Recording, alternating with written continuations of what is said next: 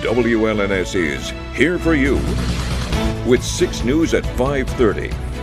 Good evening, everybody. Thank you for joining us. I'm Siobhan Klepfer. Let's start the clock on our first 6 minutes of news, and we begin in Michigan with tragedy that ends with renewed optimism for life.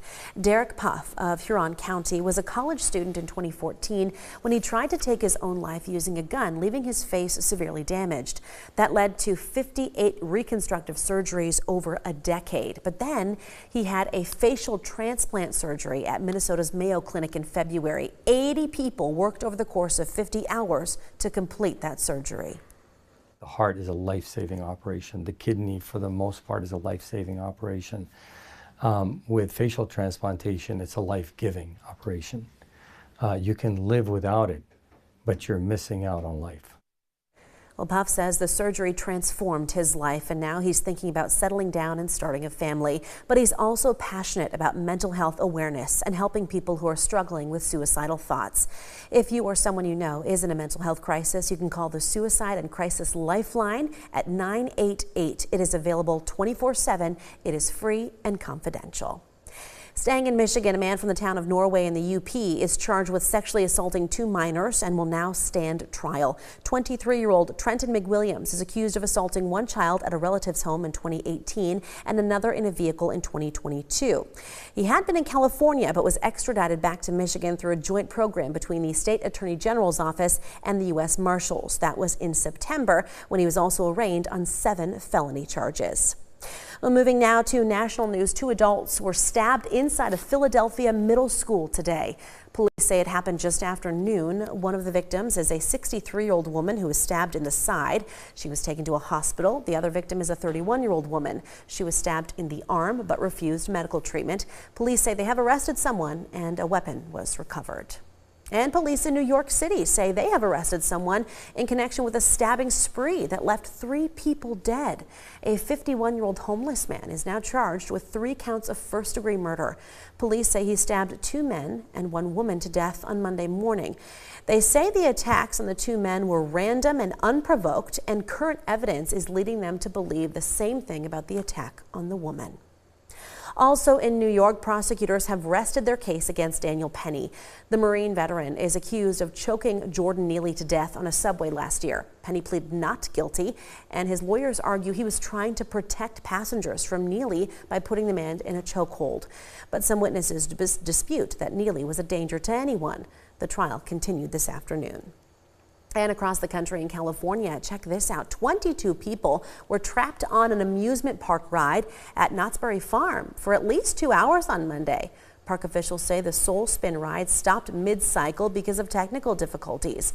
Park officials also say 2 people were taken to a hospital, quote, out of an abundance of caution. Overseas, the people of Kyiv lit 1,000 candles to mark 1,000 days since Russia invaded Ukraine. Thousands of Ukrainian citizens have been killed, and more than 6 million live as refugees abroad.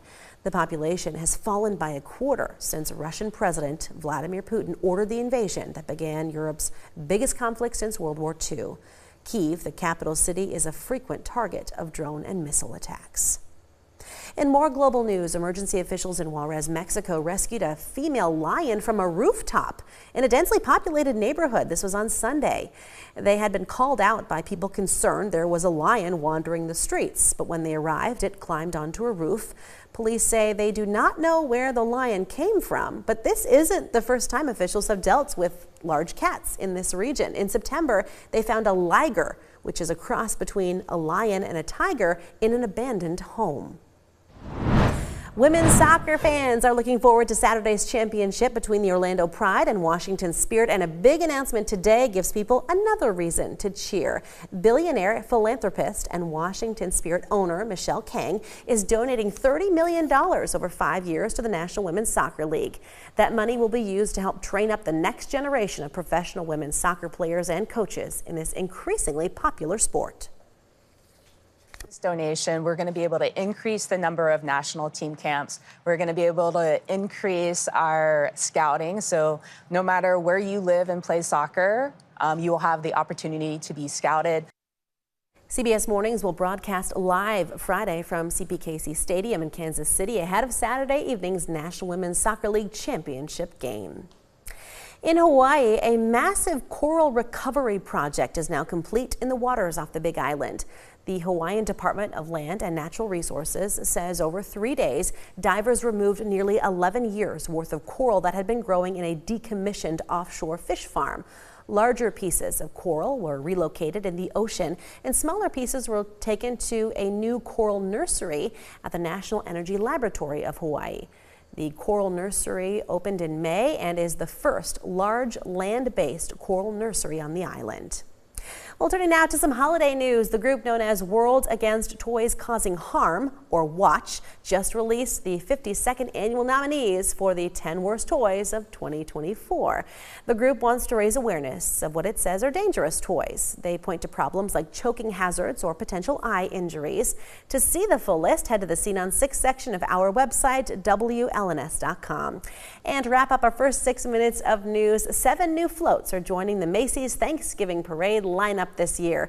Viewers lining the streets of New York City and those watching on TV will be treated to the Candy Cosmos float by Haribo, Dora's Fantastical Rainforest by Nickelodeon, a Disney Cruise Line float, a Pasta Night by Rao's Homemade, Go Bowling's Strikes Again float, and a float featuring the popular Netflix series Wednesday.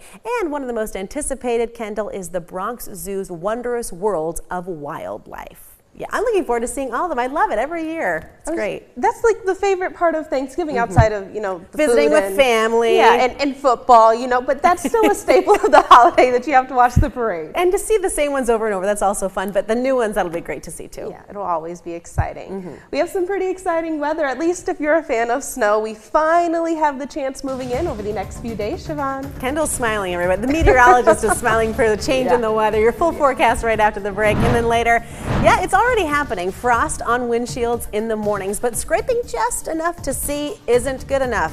What you need to know when we give you the legal edge coming up. Stay with us.